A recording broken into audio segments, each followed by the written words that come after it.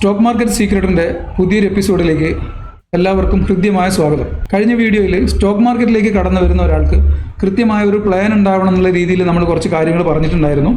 ഇനി വരുന്ന വീഡിയോയിൽ നമുക്ക് ചെയ്യാനുള്ളത് സ്റ്റോക്ക് മാർക്കറ്റിലേക്ക് ആദ്യമായി കടന്നു വരുന്ന ഒരാൾ ചെയ്തു വെക്കേണ്ട പ്ലാൻ എങ്ങനെയാണോ നമ്മൾ ആ ഒരു പ്ലാനിലേക്ക് എത്തേണ്ടതെന്നുള്ളതാണ്.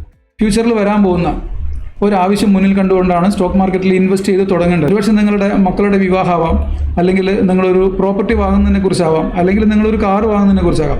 ഇങ്ങനെ എന്തെങ്കിലും ഒരു ആവശ്യം മുന്നിൽ കണ്ടുകൊണ്ട് നിങ്ങൾ എന്ത് ചെയ്യുക, ഒരു 10 വർഷത്തിന് ശേഷം അല്ലെങ്കിൽ ഒരു 5 വർഷത്തിന് ശേഷം ഒരു ടൈം പീരീഡ് നിങ്ങൾ മനസ്സിൽ വെച്ചുകൊണ്ട് ആ ഒരു ടൈമിൻ്റെ ഉള്ളിൽ ആ ഒരു ലക്ഷ്യം നേടാൻ വേണ്ടിയിട്ട്, അപ്പോൾ കൃത്യമായ ഒരു ലക്ഷ്യത്തിൽ അധിഷ്ഠിതമായിട്ടൊരു പ്ലാനാണ് നമുക്ക് നടത്തേണ്ടത്. അങ്ങനെ നമ്മൾ പ്ലാൻ നടത്തുമ്പോൾ ഇവിടെ ഫ്യൂച്ചറിനാണ് നമ്മൾ ഇമ്പോർട്ടൻസ് കൊടുക്കുന്നത്. അതായത് വരുന്ന 5-10 വർഷം കൊണ്ട് വരാൻ പോകുന്ന ഒരു കാര്യത്തിനെ നമുക്ക് കൃത്യമായിട്ട് നടത്താൻ പറ്റുന്ന രീതിയിലുള്ള ഒരു പ്ലാനിങ്. അപ്പോൾ ഇവിടെ നിങ്ങൾ ശ്രദ്ധിക്കേണ്ട ഒരു കാര്യം, സ്റ്റോക്ക് മാർക്കറ്റിലേക്ക് വരുമ്പോൾ നമുക്കൊരു സ്ഥിര വരുമാനം അത്യാവശ്യമാണ്. ഒരു സ്ഥിര വരുമാനം, അത് 100 രൂപ ആയിക്കോട്ടെ, 10,000 രൂപ ആയിക്കോട്ടെ, 100 രൂപയെങ്കിലും ഒരു സ്ഥിര വരുമാനമുള്ള ഒരാളാണ് സ്റ്റോക്ക് മാർക്കറ്റിലേക്ക് കടന്നു വരേണ്ടത്. അങ്ങനെ കടന്നു വരുമ്പോൾ നിങ്ങൾക്ക് എല്ലാത്ത രീതിയിലും സ്റ്റോക്ക് മാർക്കറ്റിലേക്ക് കടന്നു വരാൻ പറ്റും.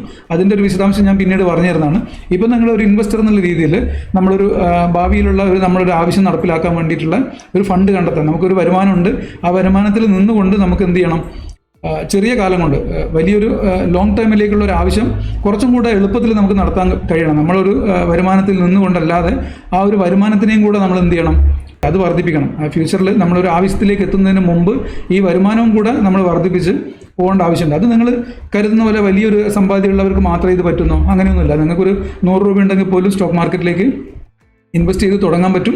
നിങ്ങളൊരു ഭാവിയിലുള്ള ഒരു ആവശ്യത്തെ മുൻകൂട്ടി കണ്ടുകൊണ്ട് പ്ലാൻ ചെയ്തുകൊണ്ട് നിങ്ങൾക്കത് കൃത്യമായിട്ട് നടപ്പിലാക്കാനും പറ്റും. അതിന് വളരെ എളുപ്പമായൊരു മാർഗ്ഗമുണ്ട്, അത് സ്റ്റോക്ക് മാർക്കറ്റാണ്. അങ്ങനെ നിങ്ങൾ കാര്യങ്ങൾ പ്ലാൻ ചെയ്ത് പോകുമ്പോൾ നിങ്ങൾ സ്റ്റോക്ക് മാർക്കറ്റിലേക്ക് കടന്നു വരുന്ന ഒരാൾ ആദ്യമായിട്ട് പ്ലാൻ ചെയ്യേണ്ടത് ഫിനാൻഷ്യൽ പ്ലാനിംഗ് ആണ്, സാമ്പത്തിക ആസൂത്രണം. ഇത് കൃത്യമായിട്ട് മനസ്സിലാക്കി ഇത് നിങ്ങൾ പ്രാവർത്തികമാക്കിയാൽ മാത്രമേ നിങ്ങൾ സ്റ്റോക്ക് മാർക്കറ്റിൽ നിങ്ങൾക്ക് സക്സസ് ആവാൻ കഴിയൂ. സ്റ്റോക്ക് മാർക്കറ്റിലേക്ക് കടന്നു വരുന്നതിന് മുമ്പ് നിങ്ങൾ ചെയ്തു വെക്കേണ്ട കുറച്ച് കാര്യങ്ങളുണ്ട്. അപ്പോൾ അതും കൂടെ ഞാൻ വിശദമായിട്ട് ഈ ഒരു വീഡിയോയിൽ പറഞ്ഞു പോകാം.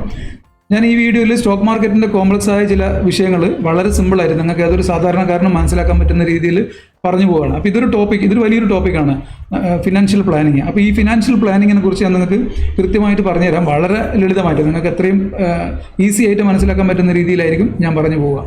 ഫിനാൻഷ്യൽ പ്ലാനിങ്ങിൻ്റെ ഒരു അടിസ്ഥാനം എന്ന് പറഞ്ഞാൽ നമ്മൾ പ്രസൻറ്റിനെയും ഫ്യൂച്ചറിനെയും ശക്തിപ്പെടുത്തുക എന്നുള്ളതാണ്. നമ്മൾ ആദ്യമായിട്ട് പറഞ്ഞു തുടങ്ങിയത് ഭാവിയെ സുരക്ഷിതമാക്കുന്ന ഒരു കാര്യത്തെക്കുറിച്ചാണെങ്കിൽ, നമ്മൾ ഫിനാൻഷ്യൽ പ്ലാനിങ്ങിലേക്ക് വരുമ്പോൾ നമുക്ക് ആദ്യം ചെയ്യേണ്ടത് നമ്മളെ പ്രസൻറ്റിനാണ്. നടന്നുകൊണ്ടിരിക്കുന്ന ഈ കാലത്തിന് നമുക്കൊന്ന് സുരക്ഷിതമാക്കേണ്ട ആവശ്യമുണ്ട്. ആദ്യം തന്നെ ഞാനൊരു സ്ഥിര വരുമാനം ഉണ്ടാണെന്ന് പറഞ്ഞിട്ടുണ്ട്. നിങ്ങളെ സംബന്ധിച്ചിടത്തോളം നിങ്ങളെ കുടുംബത്തിൻ്റെ എല്ലാ ആശ്രയവും നിങ്ങളാണ്. അപ്പം നിങ്ങളെ കൂടെ ജീവിക്കുന്ന, നിങ്ങളെ ആശ്രയിച്ച് ജീവിക്കുന്ന ആളുകളെ ആദ്യം സുരക്ഷിതമാക്കേണ്ട ആവശ്യമുണ്ട്. അങ്ങനെ ആ ആളുകളെ സുരക്ഷിതമാക്കുന്നതിൻ്റെ ഭാഗമായിട്ടാണ് നിങ്ങൾ സ്റ്റോക്ക് മാർക്കറ്റിൽ ഇൻവെസ്റ്റ് ചെയ്യുന്നതോ അല്ലെങ്കിൽ നിങ്ങൾ കാര്യങ്ങളൊക്കെ ചെയ്യാൻ വേണ്ടിയിട്ടാണല്ലേ. അപ്പോൾ നിങ്ങൾക്ക് നിങ്ങളൊരു ഗൃഹനാഥൻ എന്നുള്ള നിലയ്ക്ക് നിങ്ങളാണ് നിങ്ങളുടെ കുടുംബത്തിൻ്റെ അത്താണി അല്ലേ. അപ്പോൾ നിങ്ങളുടെ വരുമാനമാണ് നിങ്ങളുടെ കുടുംബത്തിനെ സുരക്ഷിതമാക്കുന്നത്. അപ്പോൾ ആദ്യം നിങ്ങൾ ചെയ്യേണ്ടത്, നിങ്ങളുടെ വരുമാനത്തിന് ഏതെങ്കിലും തരത്തിലുള്ള തടസ്സം വരികയാണെങ്കിൽ, അല്ലെ നിങ്ങളെ ജോലി നഷ്ടപ്പെടുമോ അല്ലെങ്കിൽ എന്തെങ്കിലും സാഹചര്യം വരികയാണെങ്കിൽ നിങ്ങൾക്കൊരു പുതിയൊരു ജോലി കണ്ടെത്തണം അല്ലേ. അങ്ങനെ നിങ്ങളൊരു പുതിയൊരു ജോലി കണ്ടെത്താൻ ശ്രമിക്കുന്ന ആ ഒരു സമയത്ത് നിങ്ങൾക്ക് യാതൊരു വരുമാനം ഉണ്ടാവില്ല അല്ലേ.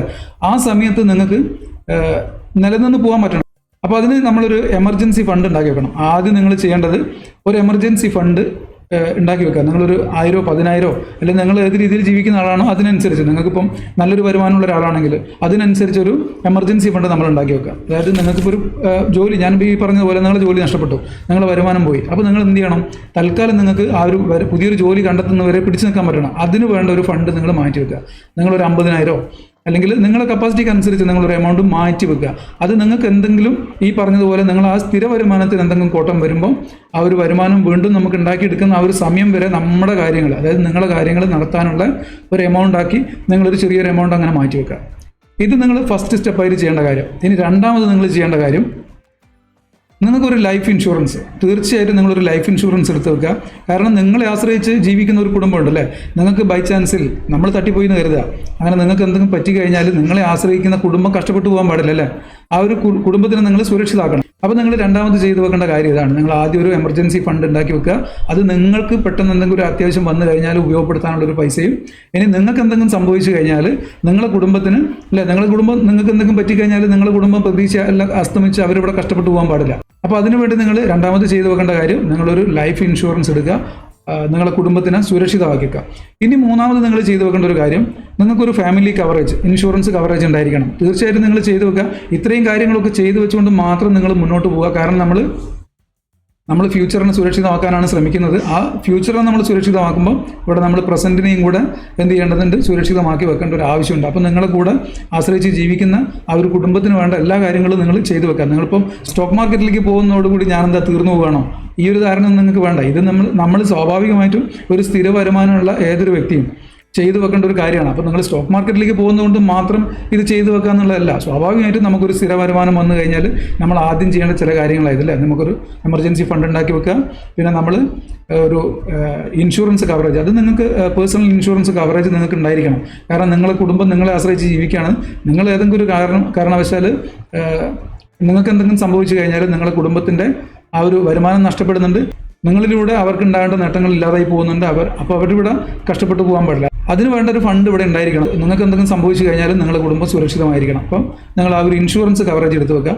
മൂന്നാമത് നിങ്ങൾ ചെയ്യേണ്ട കാര്യം, ഞാൻ നേരത്തെ പറഞ്ഞ പോലെ ഒരു ഫാമിലി ഇൻഷുറൻസ്. കാരണം നമ്മുടെ ജീവിതത്തിൽ ഏറ്റവും വലിയ പ്രശ്നം എന്ന് പറഞ്ഞാൽ നമുക്ക് എന്തെങ്കിലും അസുഖ കാര്യം വന്നു കഴിഞ്ഞാൽ നമ്മൾ തകർന്നു പോകും അല്ലേ. പല കുടുംബങ്ങളും നമ്മൾ കണ്ടിട്ടുണ്ട്, ഒരു തരത്തിലും രക്ഷയില്ലാത്ത രൂപത്തിൽ മാരകമായ അസുഖങ്ങളോ അല്ലെങ്കിൽ എന്തെങ്കിലും പ്രശ്നങ്ങൾ വന്നു കഴിഞ്ഞാൽ അതോടുകൂടി നമ്മളെല്ലാ പ്രതീക്ഷകളും അസ്തമിച്ചു പോലെ. നമ്മൾ പ്രത്യേകിച്ച് ഒരു ഗൃഹനാഥൻ എന്നുള്ള നിലയ്ക്ക് നിങ്ങൾ ഇരിക്കുമ്പോൾ ആർക്കെങ്കിലും, നിങ്ങളുടെ കുടുംബത്തിൽ ആർക്കെങ്കിലും എന്തെങ്കിലും തരത്തിലുള്ള അസുഖ കാര്യങ്ങളോ വന്നു കഴിഞ്ഞാൽ അതിൻ്റെ ചിലവ് എന്ന് പറഞ്ഞാൽ ഭാരിച്ച ജീവിത ചിലവ്. അത് നമ്മളെ സംബന്ധിച്ചിടത്തോളം സ്ഥിര വരുമാനമുള്ള ഒരാൾക്ക് നമ്മളെ വരുമാനം മാത്രം മതിയാവില്ല. നമ്മളെ വരുമാനം കൊണ്ട് മാത്രം ഒരിക്കലും ഒരു ഹോസ്പിറ്റൽ ചിലവ് ഇന്നത്തെ കാലത്ത് ആ ഒരു ചിലവിന് നമുക്ക് കടന്നു പോകാൻ പറ്റില്ല. അപ്പോൾ നിങ്ങൾ എന്ത് ചെയ്യുക, നിങ്ങളൊരു ഫാമിലി ഇൻഷുറൻസിന് ചേരുക. നിങ്ങളൊരു ഫാമിലി ഇൻഷുറൻസ് ഈ മൂന്ന് കാര്യങ്ങൾ ചെയ്ത് കഴിഞ്ഞാൽ നിങ്ങൾ ഏറ്റവും സുരക്ഷിതമായി. നിങ്ങൾക്ക് തന്നെ എന്തെങ്കിലും സംഭവിച്ചു പോയാലും നിങ്ങളുടെ കുടുംബത്തിന് സുരക്ഷിതമായിട്ട് ജീവിക്കാൻ കഴിയും. അപ്പോൾ ഇത്രയും കാര്യം ചെയ്യാതെ നമ്മൾ സ്റ്റോക്ക് മാർക്കറ്റിലേക്ക് എന്തിനാണ് പോകുന്നത്? നിങ്ങൾ സ്റ്റോക്ക് മാർക്കറ്റിലേക്ക് പോയിട്ട് കുറേ പൈസ ഉണ്ടാക്കിയിട്ട് ഇത് ആർക്ക് വേണ്ടിയിട്ടാണ്?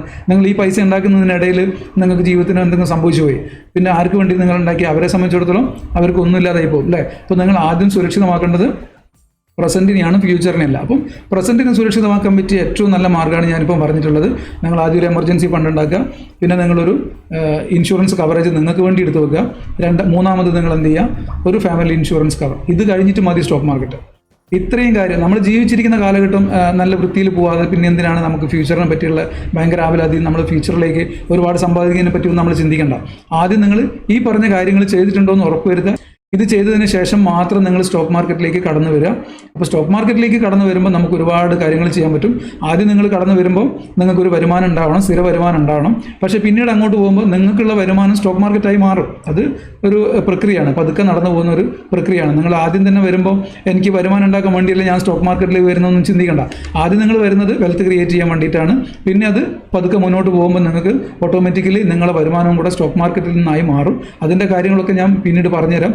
അപ്പോൾ തൽക്കാലം ഇത്രയേ ഉള്ളൂ. ഈ വീഡിയോയിൽ പറഞ്ഞ കാര്യങ്ങൾ നിങ്ങൾ വ്യക്തമായിട്ട് മനസ്സിലാക്കി അത് പോസിറ്റീവായിട്ട് എടുക്കുക. ആ ഒരു കാര്യങ്ങൾ കൃത്യമായിട്ട് ചെയ്യുക.